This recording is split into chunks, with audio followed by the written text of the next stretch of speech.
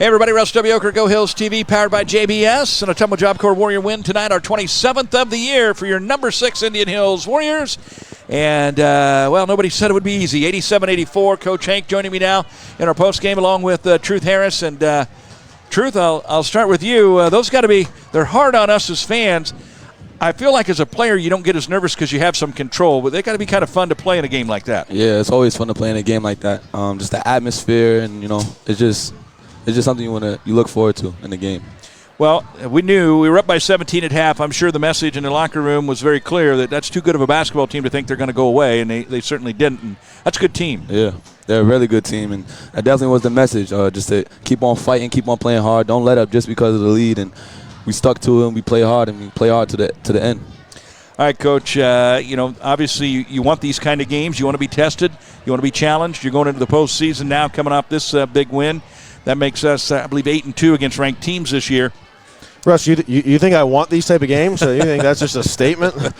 I think in reality you just know these type of games are going to happen. Like we're not going to play another game all year that can't happen. We probably got obviously the other region finalists next week. I don't want to assume. And then obviously if we win that, there's a district game against a championship level team, and if we win that, we go to Hutch and play championship level teams. So I think that it is what it is. But I think you got to just accept that things aren't going to go perfect when you play against another very, very good basketball team. And I would agree with you that that's a good experience to have.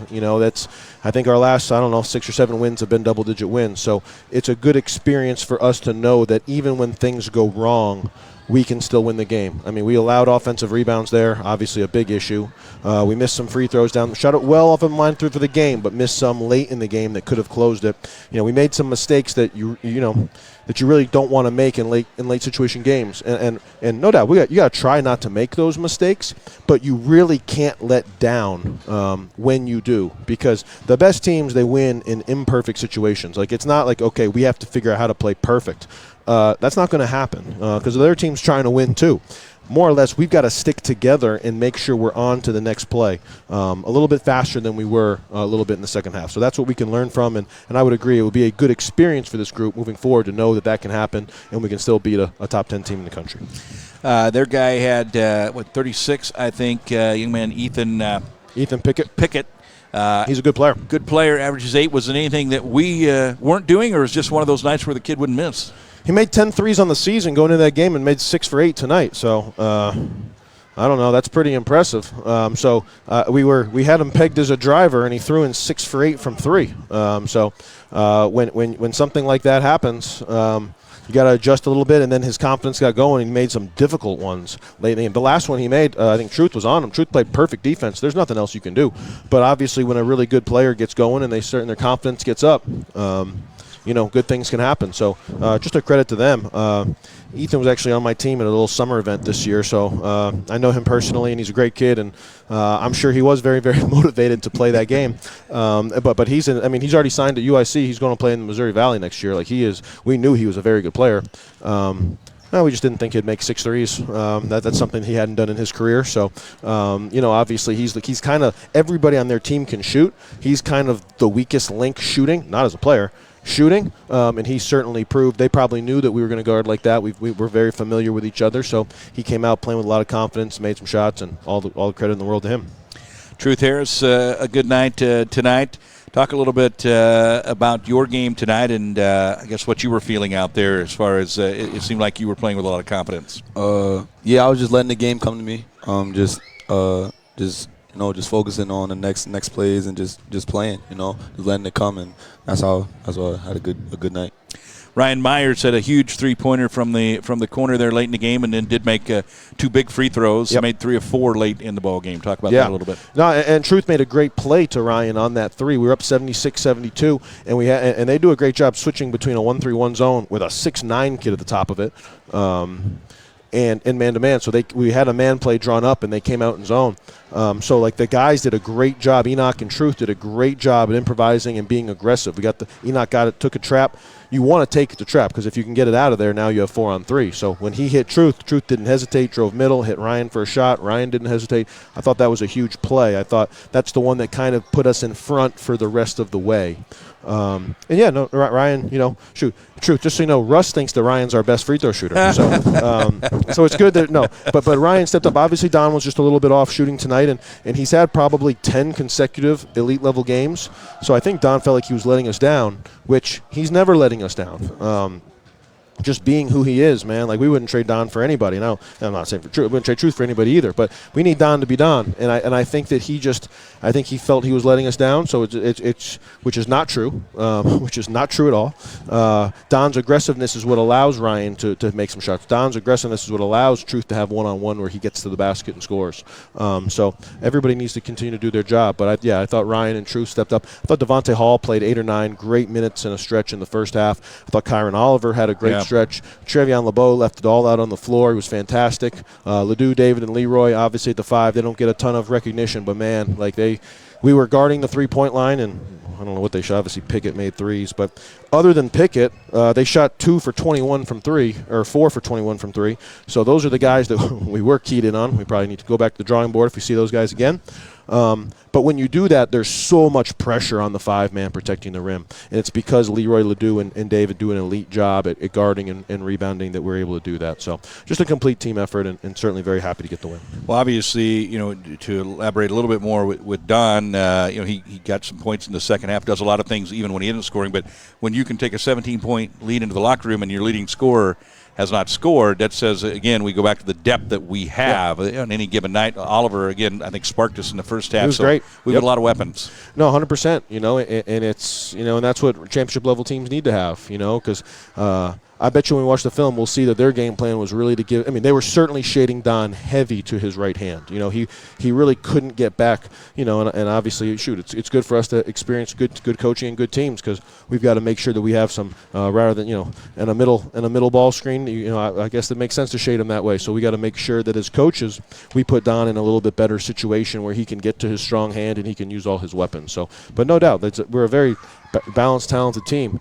Early on in the year, I tell these guys, that sometimes I'm trying to find 5 guys that deserve to be on the floor. Well, by this time of year, there's about 13 that deserve to be on the floor. I love Eddie Torado to death. I think everybody knows he's one of my favorite guys that's walked through here. So. He wasn't playing because he didn't deserve to be on the floor. He was just, the truth kind of was going, and Don's been a focal point, and Ryan was fresh in the second half, and Devontae had a great stretch. We have a lot of weapons on our team. So, everybody will keep staying ready. Obviously, we have 7 days off to kind of recharge and regroup for the postseason, and I think as a group we're looking forward to it. Yes. All right, Trevion LeBeau, what, if anything, can you tell us about what he was cramping. He's fine. Okay. Yeah, he was just cramping up. He's still got a little hand thing. He'll be fine. He's a warrior through and through. The biggest thing I want to know, Russ, is can we get a smile on camera from Truth Harris? That's the biggest thing that I'm curious. When he's standing up here first, I could tell, okay, yeah. There we go. That looks good, Truth. You can't even tell. There you go, man. Own it, baby. But no, obviously Trevion left it all on the floor. Truth left it all on the floor. They all did. I thought it was a very, very, very good team effort, and both wins. I think this was the same score. Was this the same score we had? Might have been the exact same score. Yeah, it feels like every game against these guys the last 2 years has gone like this. So, after they came in here last year, the last game, and they ended up making a run to the Final Four. So, we know that that's a very good basketball team, and couldn't be more proud of the guys for coming up with a win. 87-84 was the score of the game last year that we played in last game of the year. Okay, I knew it looked familiar. Finishing the season the exact same. Talk about the last. We'll wrap up here. The last 3.8 seconds. You're in the timeout. There's always the do you foul, do you don't. Was there a plan to foul? You got to be careful, obviously, not to foul on the shot, or was it let's just play defense? We had a plan. If they threw the ball to half court, we were going to foul because we thought in that time they could turn and get a really good look. If we were able to, we wanted to make them catch it in the backcourt, and if they did that, we did not want to foul because we thought it would be a half court heave. if you had fouled, if there was 8 seconds left, we for sure would have fouled. But I didn't think they would get a better look than that, and I decided that that's what we were going to live with if we made them catch the ball in the front court.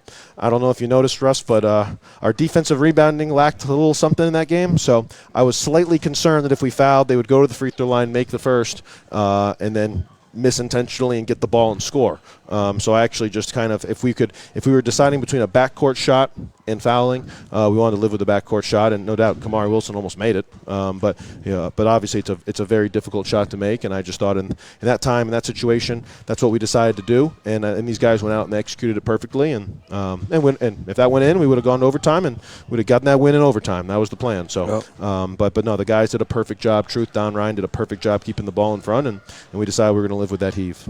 All right, the Warriors win at 87-84, finish the regular season at 27-3. We'll host the Region 11 championship game next Saturday night. The team will have a week to prepare for that, either Marshalltown or Burlington. They'll play on Wednesday night. Great night for Truth Harris. Colombe had 19 tonight as well, and a great win for the Warrior basketball team and Coach Hank Plona and his squad. Real quick on Enoch, obviously, I hope everybody can see just the heart and soul he plays with, man. Like he's so proud to wear this jersey right here and everything that comes with it, so I know he appreciates, I do as well. We all appreciate everybody coming out, but hopefully you can just see the passion that Enoch cares about what we're doing and how important this is to him. And again, I know we hadn't really talked about him because it's kind of getting normal, but man, he is. That's certainly, truth will tell you, that's certainly my guy. And truth, if you played for me for 2 years, you'd be my guy at that level too. But obviously, there's just a lot of wars that Enoch's been in, and just his personal, emotional investment in winning for Indian Hills and winning for all of our great fans is as good as anybody we've ever had come through here. Well, that's going to do it for us. A Warrior win 87-84. We will see you next Saturday night on Go Hills TV. Hopefully see you at the Hellier Center. If not, make sure you tune in for Coach and Truth. Good win for the Warriors, for the entire crew. I'm Russ W. Oker. Thanks for watching, everybody. No.